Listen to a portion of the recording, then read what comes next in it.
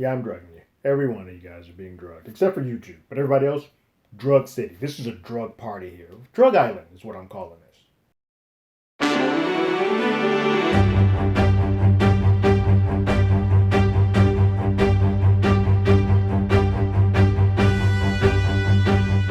Hello, everyone. Terrence here with Hollywood Already Did It. If you haven't already, go ahead, like, share, subscribe to the channel, ring that bell below. Anytime we have something, you will be among the first to know. I'm going to get into spoilers this time, so if you don't want those, get best see your way out. So, episode 4, called A Brave New World, opens right after episode 3, where Heather is asking Masha, hey, are you drugging us?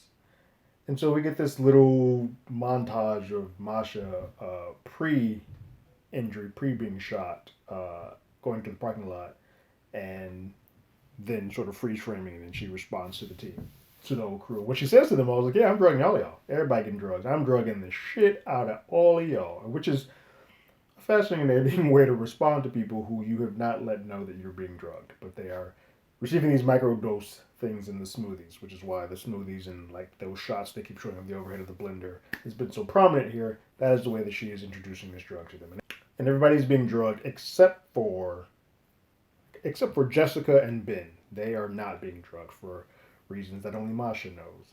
Much to the chagrin of Jessica, she starts clamoring for drugs. Please drug me. And they have a health profile of everybody that is on this island, so they can see how some people will respond to certain drugs and if they have an affinity to getting addicted to drugs more so than others. So, for whatever reason, the drug that they have been sort of giving everybody is basically a version or lighter version of mushrooms.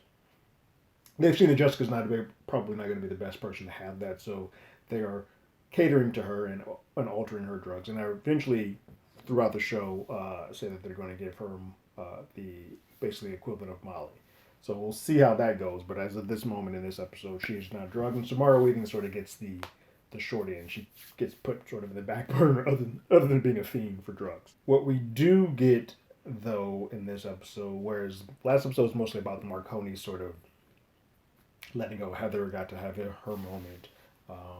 Father Marconi got to have his. This episode was more so about Francis, the remaining, like Francis, Tony, Carmel, and Lars sort of get a little bit more about their backstory revealed. So here, Francis, we've sort of already known her backstory, but this is the first time that she sort of lets out emotionally about how much it's pained her, and it's a pretty emotional sequence that I think a lot of people when they do these retreats or they do these release seminars or situations attacking something or hitting something or like if you ever never done one of those screaming parks or one of those hit anything because you're angry parks, that's sort of what this is. And Masha has them going through this routine, and Frances unloads her pain that she has, and everybody sort of applauds that, and they're like, "Oh, that's good to get off your chest." Carmel, played by Regina Hall, does the exact same thing, but hers feels a lot more intense and a lot more violent, and you can see why she responds to Jessica the way that she does a lot of the time, because we find out that her husband left her for a younger version of her, a younger girl, younger, prettier, whatever, thinner girl, and he used to just say a lot of emotionally abusive things to her, and looks like he physically abused her as well, and to the kid. So she just has a lot of anger, and she takes that doll, the dummy doll, and just beats the living shit out of that thing, like beats his ass, and makes everybody a little bit more fearful. We get Tony, who we realize the reason why he has so much pain and so much frustration is that he mistakenly has murdered someone. While he was sitting at a bar, chilling alone, trying to be alone, sitting in his thoughts, a fan, quote unquote fan, came up to him and started sort of giving him the shit. He didn't have time for it, and they got into a brawl, and he uh, mistakenly hit him so that the man hit his head when he hit the ground, had a brain bleed, and died 6 days post the fight. So he's just been harboring that because he can't really let anybody know, or no one really knows because it happened pre-social media, which is sort of like he's a gift and a curse for him. But he has not been able to sort of release it because it's sort of been buried. And he's just been weighing the weight of the world of the sister and all of that family and kid and whatever that man had on himself. And then we have Lars, played by Luke Evans, who we find out is an investigative journalist. Uh, which we sort of had an idea of. Like he was being a little too snoopy, and I sort of mentioned that earlier. He was being a little too snoopy, but um, Masha is already aware of this, and still is okay with him being an island, and still is okay with her just outright saying like, "Yeah, I'm drugging y'all. What you gonna do?" Both Yao and Delilah, Yao more so, does not take well to her just outright saying that we are drugging them. That's supposed to be sort of a hidden thing that they up the dosage as they go along. But she's like, they are now, because they didn't sign anything that said they were willing to be drugged, but she's now sort of giving them the impetus that if they so choose to leave, they can. But if they're sticking around, they are verbally agreeing that drugging them is okay, and they all have their little realms of going up and down with whether or not that this is the correct thing or what they're doing is correct or the morality or legality of what she's done. But they all see that a lot of the things that they're getting off of these drugs are starting to help them. Specifically, the Marconis, they're starting to see that they're starting to Napoleon and Heather are starting to talk more to each other. They're opening up in ways that they never had done before. Francis released, Tony released, well, probably not too, and Carmel sort of all have these releasing. So it's starting to get things off of their chest, and they're sort of entering this, as they say, through the episode title, Brave New World, where they're letting the drugs sort of interact and get the best of them. We also learned that Delilah, played by Tiffany Boone, is bipolar and is also on some type of drug medication to sort of level her out. But she's obviously very jealous of whatever Yao and Masha have going on. It is not entirely clear. It seems like it is because they share bed, from what we've been told.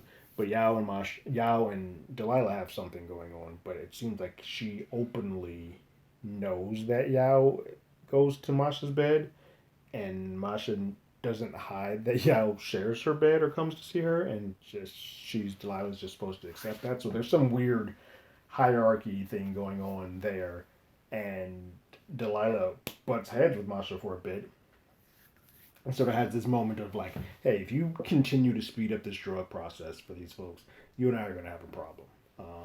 And Masha sort of dismisses her and is like, bitch, no you bro, shut your mouth, take these drugs, and get your bipolar ass out of my face. And that's sort of how she dismisses her and moves on.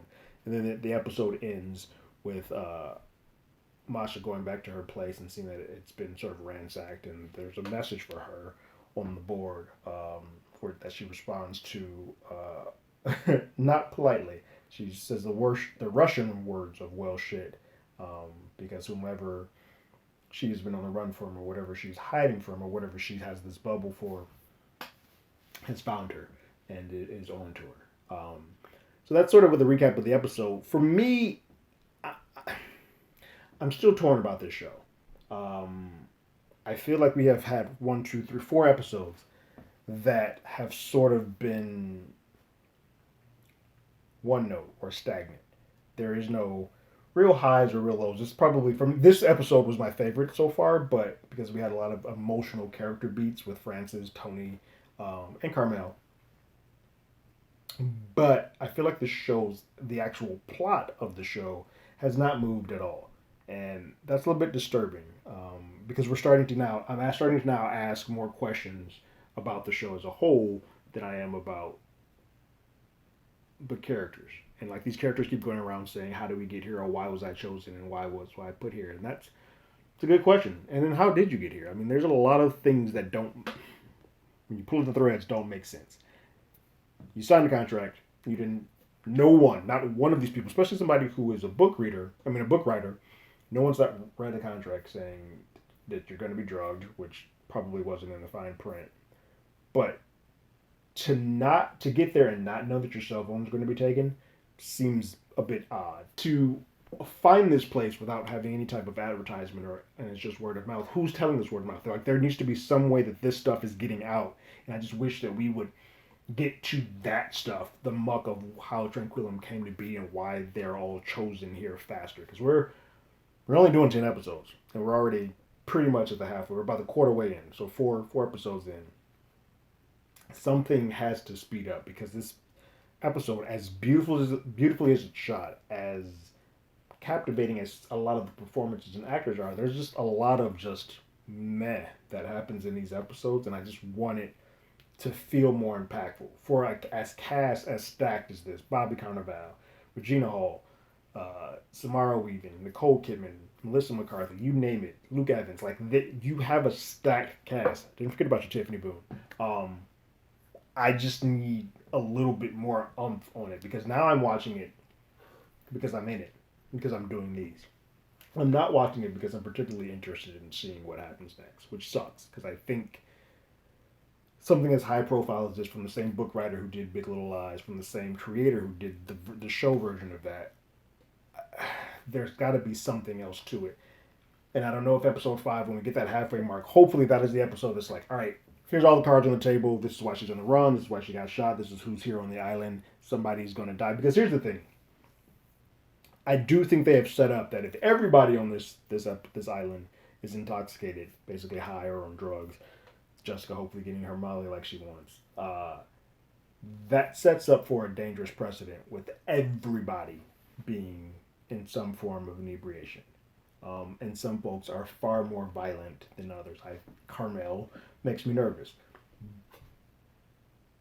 But I need either someone to to die, someone to go missing, or some type of revelation about Masha's past to come up and come up quickly, or else this show is just sort of spinning its wheels and providing me nothing for entertainment or for thought, which a show should do one or the other.